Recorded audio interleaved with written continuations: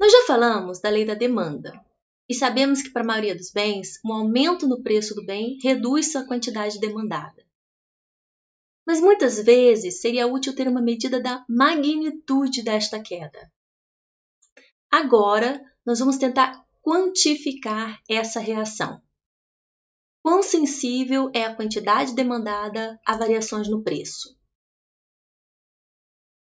O primeiro pensamento que nos ocorre é usar a inclinação da curva de demanda no ponto, ou seja, a derivada.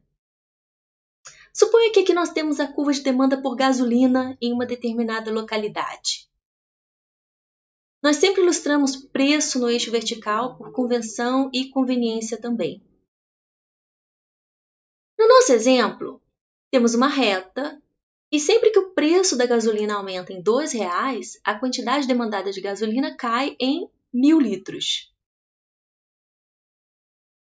Equivalentemente, se o preço da gasolina aumenta em R$ 1,00, a quantidade demandada cai 500 litros. Agora, se você quiser fazer uma comparação entre países, talvez você precise usar outra moeda, por exemplo, o dólar. Considerando uma cotação R$ 1,00 vale 20 centavos de dólar, então, se o preço da gasolina aumenta em 20 centavos de dólar, a quantidade demandada cai 500 litros. Equivalentemente, se o preço da gasolina aumenta em $1, a quantidade demandada cai 2.500 litros. Quando eu falo de uma variação em real, a queda é de 500 litros. Agora, para a variação de $1, a queda é de 2.500 litros. A derivada ou inclinação da curva depende se estamos medindo o preço em reais ou dólar. Dependendo das unidades de medidas usadas, o valor da inclinação é diferente. Por isso, ela requer esclarecimentos sobre as unidades de medidas usadas. A inclinação depende da unidade de medida usada para medir o preço e a quantidade. Mas se nós usarmos variação percentual, essas questões desaparecem. A variação percentual é adimensional. Quando eu falo que o preço aumentou em 10%, eu não preciso especificar se medimos o preço em reais ou dólar. A variação percentual independe da unidade de medida utilizada. Por exemplo, digamos que o preço aumentou de R$ 10 para R$ 12. Qual a variação percentual no preço? Final menos inicial sobre inicial vezes 100%. A variação no preço foi de R$ 2 e o preço inicial é 10, então um aumento de 20%. Agora, se medirmos os preços em dólar, R$ 1 é igual a 20 centavos de dólar. Convertendo os valores, perceba que os 20 centavos de dólar se cancelam, assim como qualquer unidade de medida utilizada. Uma variação percentual é adimensional. Para não precisarmos nos preocupar com as unidades de medidas usadas para medir o preço e a quantidade, nós podemos usar as variações percentuais e medir não a derivada, mas a razão das variações percentuais. Eu vou escrever de forma mais sucinta assim. Quando não estiver claro que se trata de demanda, nós podemos usar o subscrito D. Formalizando, nós chamamos essa medida de elasticidade preço da demanda. Ela serve para medir quão sensível é a demanda a mudanças no preço do bem.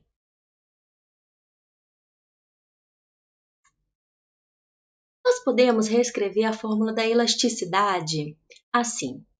O 100% cancela, multiplica em cima e embaixo por P sobre ΔP e temos Reorganizando os termos.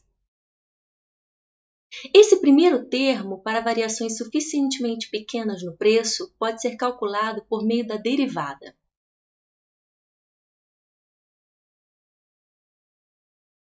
Agora, voltando ao nosso exemplo, digamos que em um dado intervalo, um aumento de 20% no preço leva a uma redução de 4% na quantidade demandada.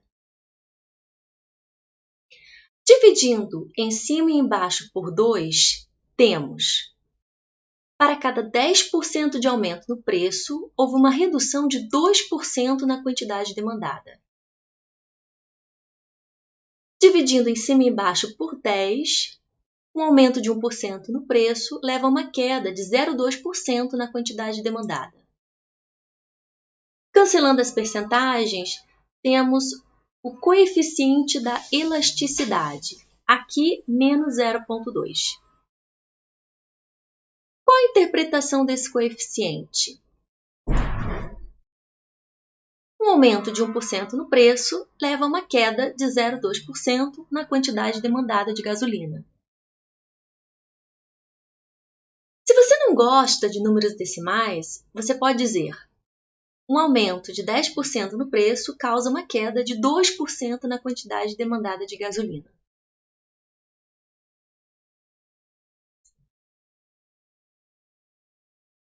Um artigo da revista The Economist sobre tributação de bens que podem gerar algum tipo de custo social, foram apresentadas algumas estimativas da elasticidade de preço da demanda para os Estados Unidos.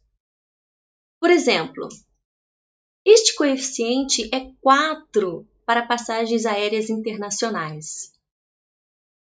Um aumento de 1% no preço das passagens leva a uma queda de 4% na quantidade demandada. Nesse caso, nós dizemos que a demanda é elástica. A variação percentual na demanda é maior do que a variação percentual no preço.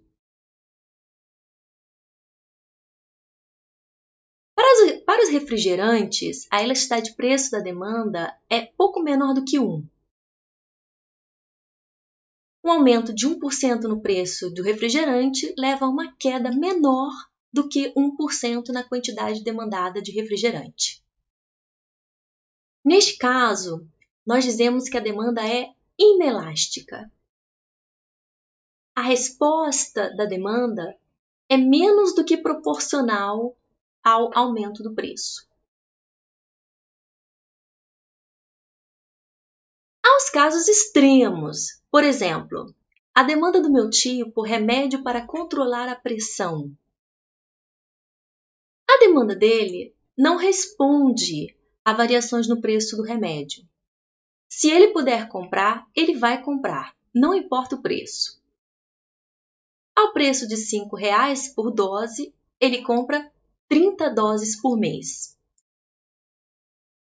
O preço pode dobrar e ele ainda compra 30 doses. Sua demanda é perfeitamente inelástica.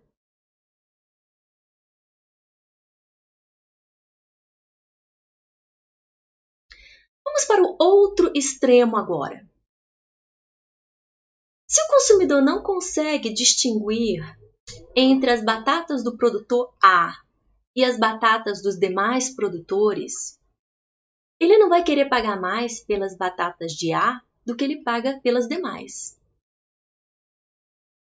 Digamos que o preço em vigor no mercado de batatas é R$6 o quilo. Do ponto de vista do produtor A, ele tem duas opções. Ou ele vende ao preço em vigor nesse mercado, ou ele não vende. Porque se ele tentar cobrar mais do que está todo mundo cobrando nesse mercado, ninguém compra a sua batata. A sua quantidade demandada é 0. Como o produto A é apenas um entre inúmeros produtores, o que A faz não tem impacto significativo no preço de equilíbrio de mercado. Se ele produz ou deixa de produzir, o impacto sobre o mercado é insignificante. Então, do ponto de vista do produtor A, ele pode vender quantas batatas ele quiser ao preço em vigor no mercado de batatas. Nós dizemos que a demanda por batatas do produtor A é perfeitamente elástica. Note que esta não é a demanda de mercado, é apenas a demanda pelas batatas de um produtor individual.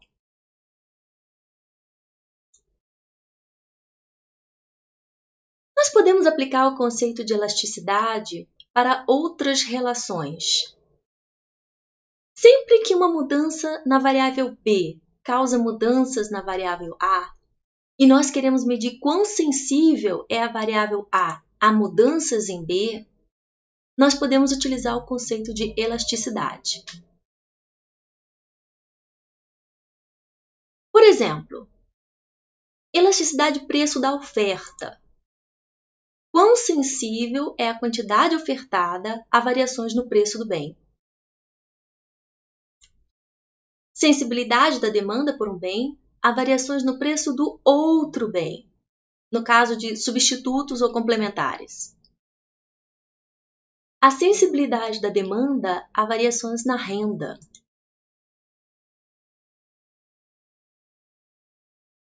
Trabalhos empíricos em economia muito frequentemente estimam elasticidades. Como se faz isso na prática? Por exemplo, digamos que eu tenho aqui a renda de uma pessoa e aqui a renda do seu pai. E eu tenho vários indivíduos.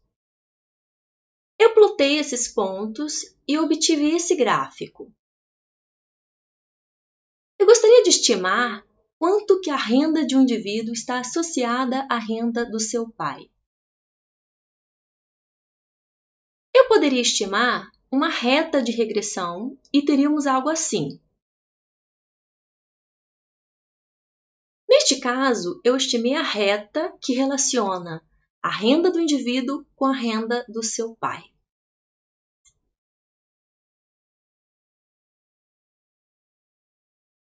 Mas, se ao invés de estimar esta relação, nós estimássemos esta aqui. Neste caso, nós aplicamos o logaritmo neperiano nas variáveis antes de estimar a reta de regressão. Aqui, y depende de x.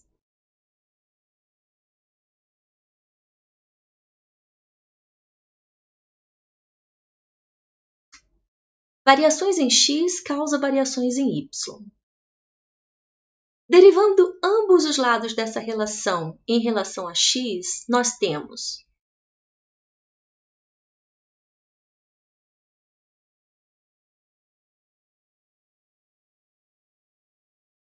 rearranjando os termos, temos que é a definição da elasticidade de y em relação a x. Há diferentes formas de demonstrar isso, mas o resultado é sempre o mesmo. Quando você aplica log nas variáveis antes de estimar a reta de regressão, o coeficiente estimado é uma elasticidade. Eu estimei exatamente isso para o Brasil, naquele trabalho sobre mobilidade entre gerações que eu mencionei antes.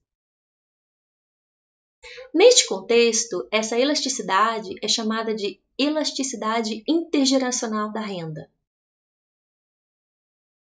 O coeficiente estimado foi de 0,85.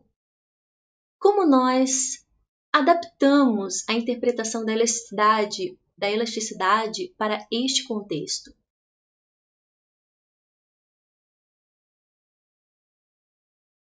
Se o rendimento do seu pai é 100% maior do que o rendimento do meu pai, espera-se que o seu rendimento seja 85% maior do que o meu. É alto, né? Para países desenvolvidos, esta elasticidade é menor.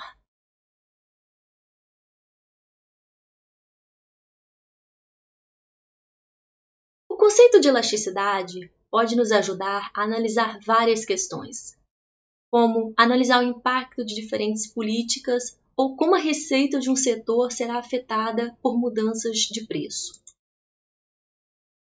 Por exemplo, em 2018, a Irlanda conseguiu aprovação para a introdução de um preço mínimo para bebidas alcoólicas. De acordo com um artigo na revista The Economist, cerca de 70% das bebidas alcoólicas vendidas em bares e restaurantes eram vendidas abaixo do preço mínimo.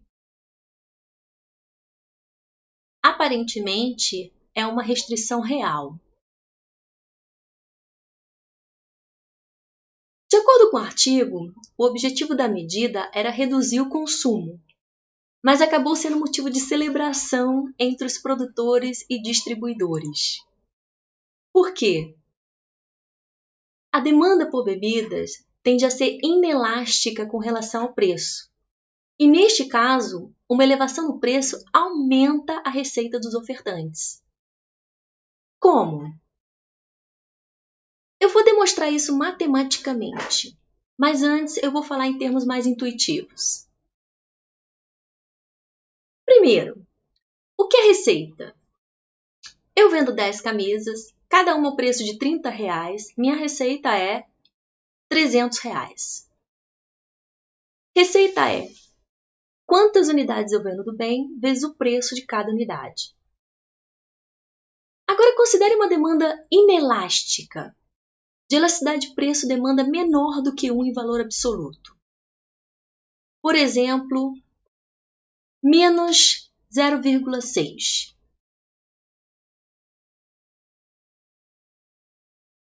Isso significa que um aumento de 10% no preço causa uma redução de 6% na quantidade demandada. Receita é preço vezes quantidade.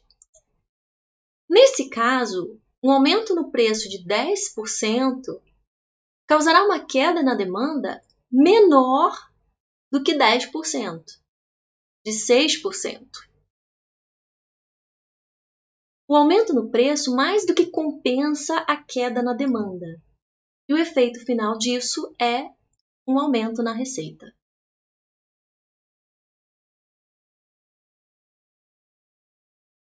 Agora vamos demonstrar isso. Eu quero demonstrar que se a demanda é inelástica, um aumento do preço aumenta a receita. A receita é preço vezes quantidade. Mas, obviamente, a quantidade demandada vai depender do preço cobrado. Eu representei isso aqui colocando a quantidade demandada como função do preço. Se eu quero saber se um aumento de preço aumenta a receita, eu vou derivar a receita em relação ao preço e ver se é positiva. Derivada de um produto. Derivada do primeiro vezes o segundo, mais o primeiro vezes a derivada do segundo. Colocando Q em evidência,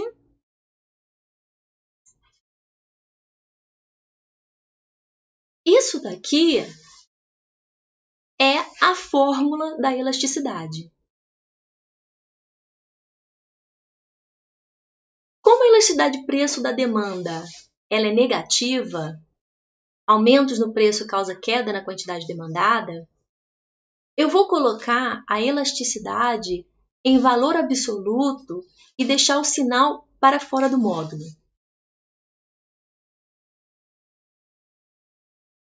Agora fica fácil de ver.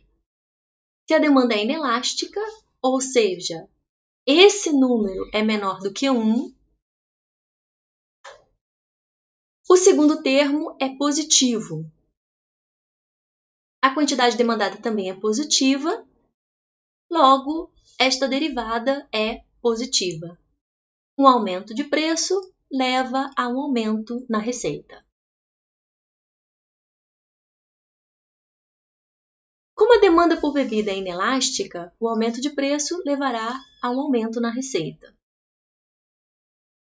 E não só isso. O aumento de preço leva a uma queda na quantidade demandada. Proporcionalmente menor, mas ainda assim uma queda.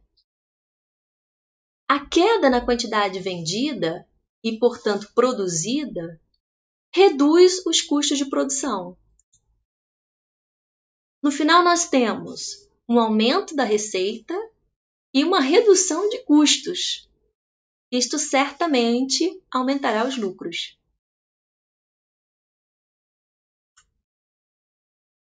O preço mínimo sobre bebidas acaba tendo uma outra consequência além da queda no consumo de bebidas, que é o aumento do lucro dos ofertantes. Enquanto que o imposto também reduz o consumo de bebidas, mas com a vantagem de aumentar a receita do governo, não dos produtores e distribuidores de bebida.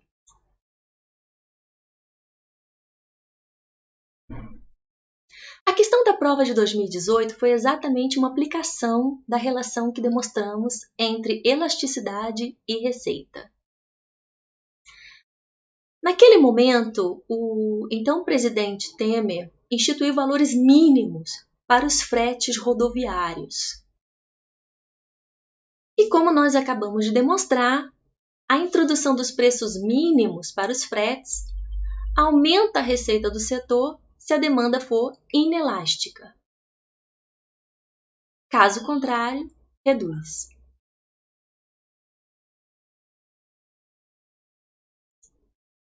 Bem, é isso e até breve.